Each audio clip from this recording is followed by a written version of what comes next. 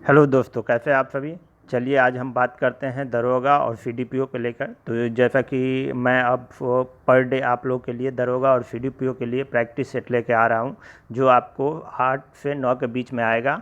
और आपको जिस तरह से न्यूज़ मिलता है इसी चैनल पे न्यूज़ आपको मिलेगा, आपको 6 से 7 के बीच में। तो चलिए आज से आपको आपके लिए नया प्रैक्टिस सेट लेके आ रहा हूँ, जो आपके लिए बहुत ही कारगर साबित हो। तो चलिए शुरू करते हैं, और आप लोग इस चैनल को सब्सक्राइब कर लीजिए। तो चलिए शुरू करते हैं। तो चलिए देखते हैं पहला क्वेश्चन दोस्तों। पहला क्वेश्चन है, निम्नलिखित में से किस बौद्ध ग्रंथ से संघ जीवन के नियम प्राप्त हुए होते हैं। संघ जीवन के नियम प्राप्त होते हैं, ये किस में है। तो आप देख सकते हैं, आपके पास ऑप्शन है दीघनिकाय, विनय पिटक, अभिधम पिटक, विभाषा शास्त्र। तो आप लोग के पास 3 सेकंड का टाइम है, कमेंट बॉक्स में भी आंसर लिख के भेज सकते हैं। तो चलिए शुरू कर कीजिए, बताइए। तो दोस्तों इसका आंसर है आपको विनय पिटक। क्या आंसर है? विनय पिटक। चलिए नेक्स्ट क्वेश्चन देखते हैं। दोस्तों सारा क्वेश्चन बहुत ही इंपॉर्टेंट है और पूछा हुआ क्वेश्चन है, कोई ऐसा नहीं है। तो चलिए नेक्स्ट क्वेश्चन देखते हैं। नेक्स्ट क्वेश्चन है दोस्तों, निम्नलिखित में से कौन इस्लाम से प्रभावित था। कौन इस्लाम से प्रभावित था?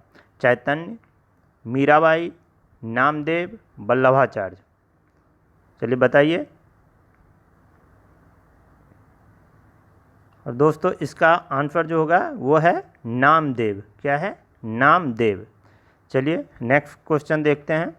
नेक्स्ट क्वेश्चन आप लोग के लिए है, ब्रिटिश पत्रकार H.W. नेविन जुड़े थे।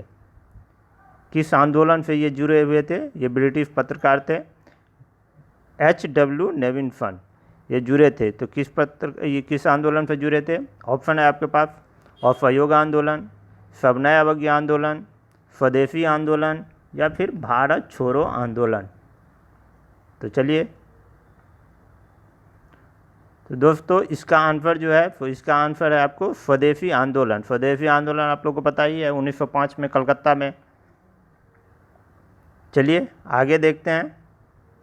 नेक्स्ट क्वेश्चन है आप लोगों के पास, देख सकते हैं, गांधी जी ने जिस विदेशी पत्रकार को दांडी मार्च के समय अपने साबरमती आश्रम में ठहराए वह कौन थे। गांधी जी ने जिस विदेशी पत्रकार को दांडी मार्च के समय अपने साबरमती आश्रम में ठहराए वह कौन थे। ऑप्शन है आपके पास, Richard Gregg, Webb Miller, Kirby Page, या लुई फिशर। बताइए। Richard Gregg, Webb Miller, Kirby Page, या लुई फिशर। दोस्तों इसका आंसर जो है आपको वेब मिलर। कौन है? Web Miller. चलिए नेक्स्ट देखते हैं। नेक्स्ट क्वेश्चन है, दांडी मार्च कब प्रारंभ हुआ था। दांडी मार्च कब प्रारंभ हुआ था? ऑप्शन है आपके पास, ए 12 मार्च 1930 को, बी 12 मार्च 1920 को, सी 6 मार्च 1930 को, या फिर डी 12 अप्रैल 1920 को।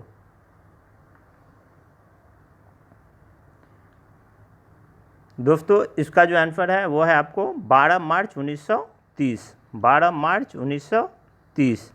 चलिए नेक्स्ट देखते हैं। नेक्स्ट है आप लोग के पास, निम्नलिखित में से किस राज्य में फुइल नदी परियोजना स्थित है। फुइल नदी परियोजना स्थित है, किस राज्य में है ये? ए ऑप्शन है उत्तराखंड, बी हरियाणा, सी पंजाब, या फिर डी हिमाचल प्रदेश। फुइल नदी परियोजना कहाँ पे, किस राज्य में स्थित है? तो दोस्तों ये जो है इसका आंसर होगा आपको हिमाचल प्रदेश। फुइल नदी परियोजना कहाँ स्थित है दोस्तों? ये है हिमाचल प्रदेश में। चलिए नेक्स्ट देखते हैं। नेक्स्ट है, भूकंप किस प्रकार की प्राकृतिक आपदा है। भूकंप किस प्रकार की प्राकृतिक आपदा है?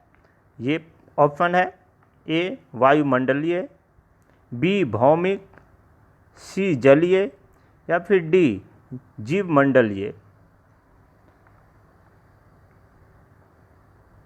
तो दोस्तों इसका जो आंसर होगा वो है भौमिक। क्या है? भौमिक। चलिए नेक्स्ट देखते हैं। नेक्स्ट है दोस्तों, सूखे की सर्वाधिक आवृत्ति किस क्षेत्र में होती है? सूखे की सर्वाधिक आवृत्ति किस क्षेत्र में होती है? तो किस क्षेत्र में होती है दोस्तों? देखिए ऑप्शन है, ए में तेलंगाना, बी तमिलनाडु, सी बिहार या फिर डी आपको पूर्वी राजस्थान। तो चलिए बताइए। ए है तेलंगाना, बी है तमिलनाडु, सी है बिहार और डी है पूर्वी राजस्थान। दोस्तों कंफ्यूज मत कीजिएगा। तो इसका जो आंसर होगा, इसका आंसर होगा दोस्तों तेलंगाना। क्या होगा? तेलंगाना। आप लोग सोच रहे होंगे पूर्वी राजस्थान, मगर ऐसा नहीं है, तेलंगाना है इसका आंसर। चलिए नेक्स्ट देखते हैं। नेक्स्ट क्वेश्चन है, खादर मिट्टी पाई जाती है, खादर मिट्टी पाई जाती है पिडमांड पर्वतीय क्षेत्र मैदान में, निम्न पठार पर, बाढ़ के मैदान में या खरी ढलान पे, जो पूरा खरा रहता है, चढ़ाव जो रहता है पूरा, उस पे खादर मिट्टी। तो दोस्तों इसका आंसर है बाढ़ के मैदान। ये आप लोग को आता ही होगा, पता है मुझे, बाढ़ के मैदान में, क्योंकि बाढ़ आता है तो नया मिट्टी हमेशा उधर आते रहता है। चलिए नेक्स्ट क्वेश्चन देख लेते हैं। नेक्स्ट क्वेश्चन है दोस्तों, भाखड़ा नांगल परियोजना किस नदी पर स्थित है? भाखड़ा नांगल परियोजना किस नदी पर स्थित है? सतलुज, कृष्णा, व्यास या फिर रिहंद? ऑप्शन फिर एक बार सुन लीजिए, सतलुज, कृष्णा, व्यास या फिर रिहंद।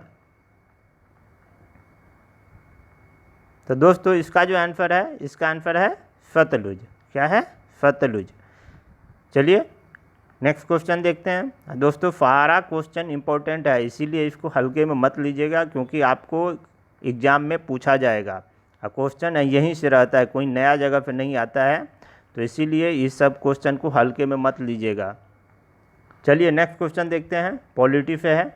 मूल अधिकार उप समिति का अध्यक्ष कौन थे?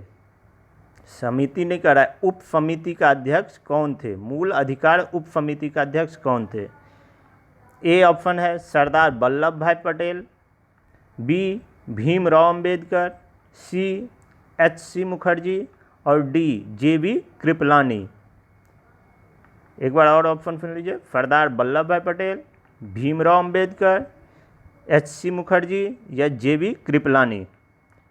कह रहा पूछ रहा है मूल अधिकार उप समिति का अध्यक्ष कौन थे? तो इसका जो आंसर है दोस्तों वो है जे.बी. कृपलानी, जे.बी. कृपलानी। चलिए नेक्स्ट क्वेश्चन देखते हैं।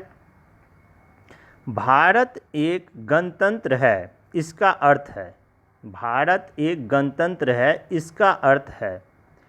ए ऑप्शन आप देख सकते हैं, सभी मामलों में अंतिम अधिकार जनता के पास है।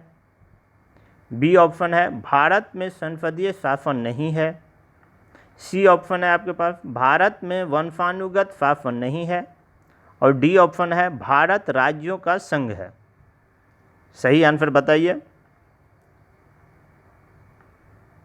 ज़्यादा टेंशन वाला क्वेश्चन नहीं है, आसानी से बन जाएगा, थोड़ा देखिए गौर से, आराम से बन जाएगा। भारत एक गणतंत्र है, इसका अर्थ है सभी मामलों में अंतिम अधिकार जनता के पास है। भारत में संसदीय शासन नहीं है। भारत में वंशानुगत शासन नहीं है। भारत राज्यों का संघ है। तो दोस्तों इसका जो आंसर है वो आप देख सकते हैं, भारत में वंशानुगत शासन नहीं है। यहाँ वंशवाद नहीं चलता है, जो कि भाई उसका बेटा प्रधानमंत्री बनेगा, उसका बेटा प्रधानमंत्री बनेगा, ऐसा नहीं होता है।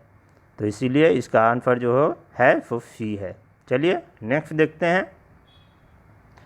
भारतीय संविधान के अनुच्छेद 25 में वर्णित है, अनुच्छेद 25 में वर्णित है, भारतीय संविधान के अनुच्छेद 25 में वर्णित है। ए समानता के अधिकार से, संपत्ति के अधिकार से, धर्म की स्वतंत्रता से या अल्पसंख्यकों की सुरक्षा से। भारतीय संविधान के अनुच्छेद 25 में वर्णित है। ए ऑप्शन है समानता के अधिकार से, बी ऑप्शन है संपत्ति के अधिकार से, सी ऑप्शन है धर्म की स्वतंत्रता से, या फिर डी ऑप्शन है अल्पसंख्यकों की सुरक्षा से। चलिए दोस्तों बताइए। तो इसका आंसर है धर्म की स्वतंत्रता से, धर्म की स्वतंत्रता से। चलिए नेक्स्ट क्वेश्चन देखते हैं। नेक्स्ट है, भारतीय संविधान के किस भाग में नगर पालिका का वर्णन है? भारतीय संविधान के किस भाग में नगर पालिका का वर्णन है?